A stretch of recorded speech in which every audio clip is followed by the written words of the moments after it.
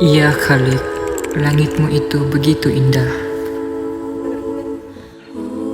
Nila kandi urnanya dihiasi pula awan-awan. Di saat sang surya menyinari, langit ini semakin terserlah keseriannya. Subhanallah.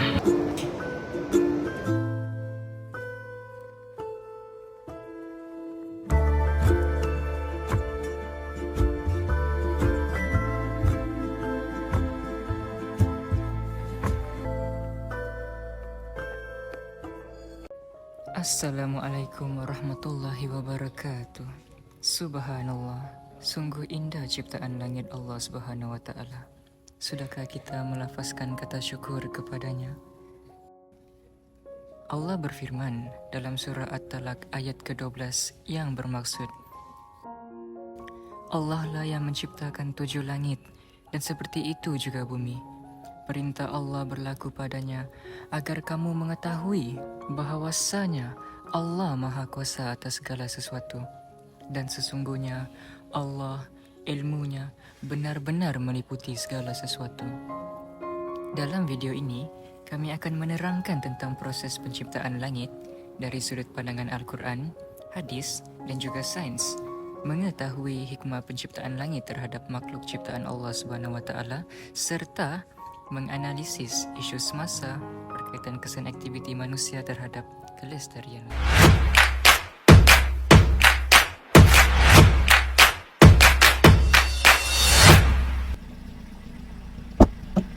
Assalamualaikum Zul. Alhamdulillah sihat.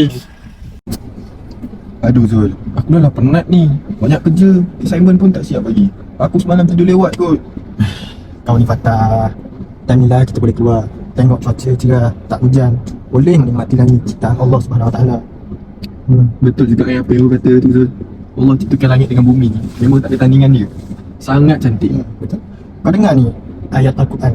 Bismillahirrahmanirrahim. Allah jugalah yang menciptakan langit dan bumi dengan segala keindahannya, dan apabila ia berkehendak untuk menjadikan sesuatu, maka ia hanya berfirman kepadanya, jadilah engkau, lalu menjadilah ia. Sedap yang kau baca. Surah apa tadi tu? Apa maksud dia? Surah Al-Baqarah ayat 117. Allah ingin menyaksikan pada kita kekuasaannya dan keagungannya, yang menciptakan langit dan bumi dan apa yang ada antara keduanya dalam tengah masa. Kemudian dia bersemayam di atas aras.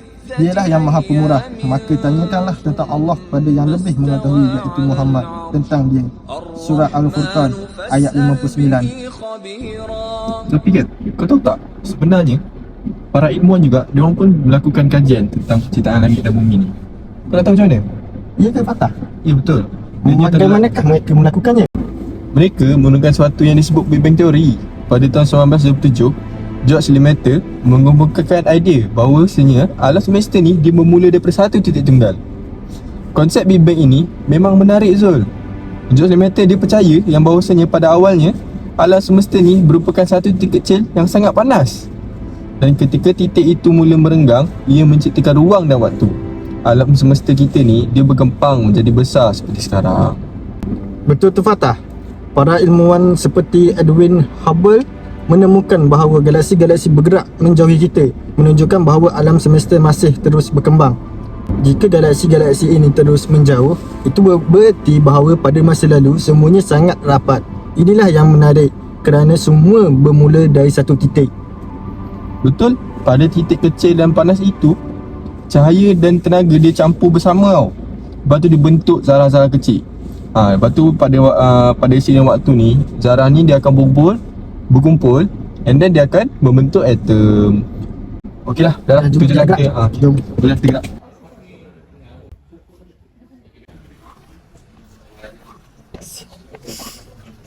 Slow. Stress, banyak jenis lah.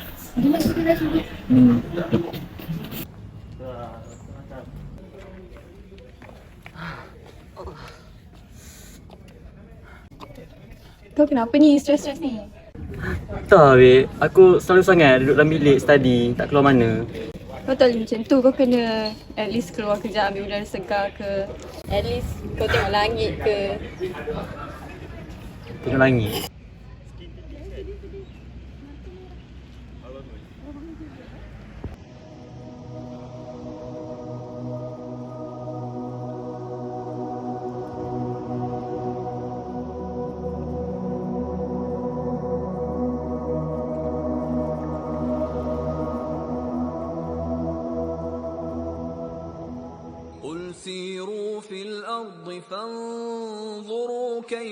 Terdapat dalam Al-Quran surah Al-Ankabut ayat 20, katakanlah wahai Muhammad, berjalanlah kamu semua di atas muka bumi dan perhatikanlah bagaimana Allah memulakan penciptaan sesuatu.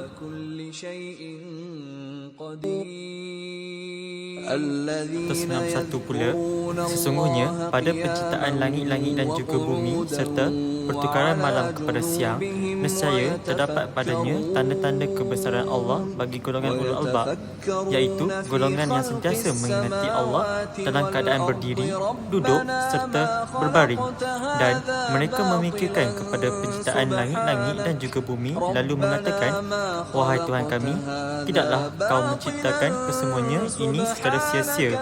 Maha suci kamu, maka peliharalah kami dari azab api neraka.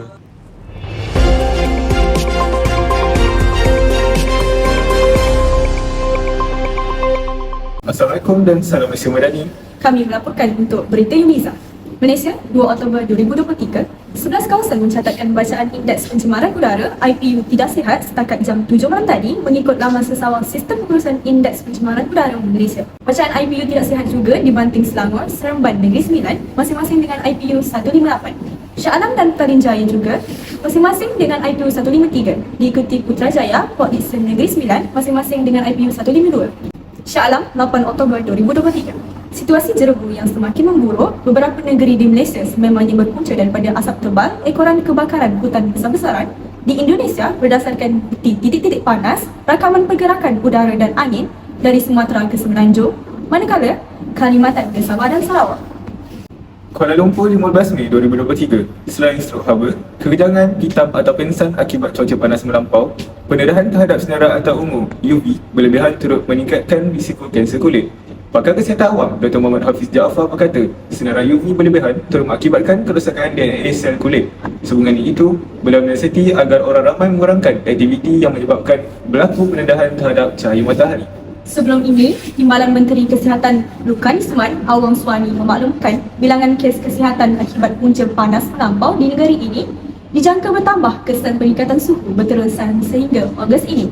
Beliau dilaporkan berkata sebanyak 14 kes direkodkan berlaku di seluruh negara membabitkan Kelantan, Sarawak dan Sabah. Kita dapat lihat kesemua kes-kes ini tidak langsung berpunca daripada perbuatan manusia itu sendiri yang mengakibatkan kemudaratan terhadap kelestarian langit negara kita yang tercinta, iaitu Malaysia. Sekian sahaja daripada kami. Saya Faris. Saya Syahira. Assalamualaikum warahmatullahi Wabarakatuh.